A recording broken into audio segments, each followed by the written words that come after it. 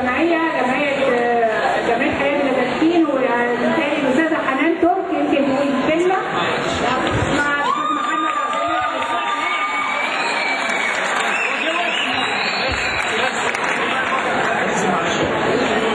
معلش انا عارفه انا قصيره قوي السلام عليكم، ازيكم ومن كل لحظه وانتم بخير وسعاده يا رب. وانا طبعا بشكر دكتور حسام ودكتور هبه وكل الموجودين على دعوتهم لينا وسماحتهم في ان احنا نكون معاكم النهارده من خلال حياه بلا تدخين في نشاطكم النهارده. واتمنى ان شاء الله باذن الله زي ما احنا دايما بننادي بالمشاركه، شاركونا ونقول كلمه حق، نقول كلنا للتدخين لا. انا حياتي بلا تدخين، خلي حياتك بلا تدخين باذن الله. وبتمنى ان شاء الله ان احنا نكون معاكم قريب جدا في جامعه القاهره من خلال جمعيه حياه بلا تدخين.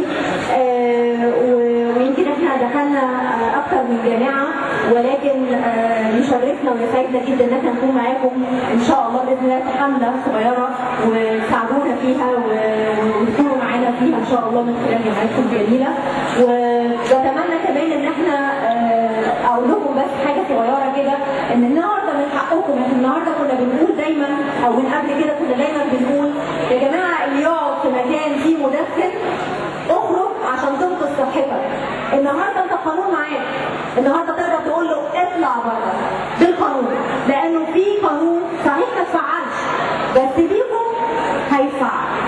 لو انتوا كلكم قلتوا اطلع بره هيتفعل، لانه في 50 جنيه غرامه للمدخن و1000 جنيه على المنشاه، وده ما اتفعلش لانه مفيش حد منا قال ان انا مضرور. انا النهارده عندي ضرر نازل عليا من زميلي او مكان انا دخلته وفي حد بيدخل.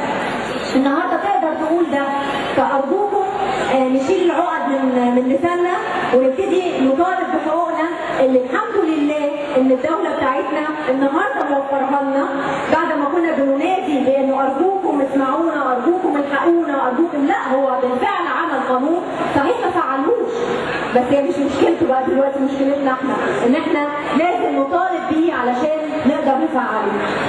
كمان ان احنا عايزين نقول انه طبعا انا بشكر جدا سائد الصاوي ومجهوداتك بجد والله، جزاك الله عنا كل خير في جميع المجالات وخصوصا مجال التدخين. ان اقرب مما يكون التدخين هو اللي بيوصلنا للادمان بدون ان نشعر، ومش شطاره ومش رجوله ان انا ابقى ماسك سيجاره، ومش البنات هتحبني اكتر لما ابقى واقف وبتمنظر بالسيجاره. والله صدقني، وفي بنات كتير قوي ما شاء الله انا شايفه يمكن رؤوس بنات اكتر من الولاد كمان موجوده. انتوا بتشوفوا يعني معنى الرجوله في السيجاره؟ مش كده؟ ما في بنات بتدخن، بصي يعني كسفني قال في بنات بتدخن.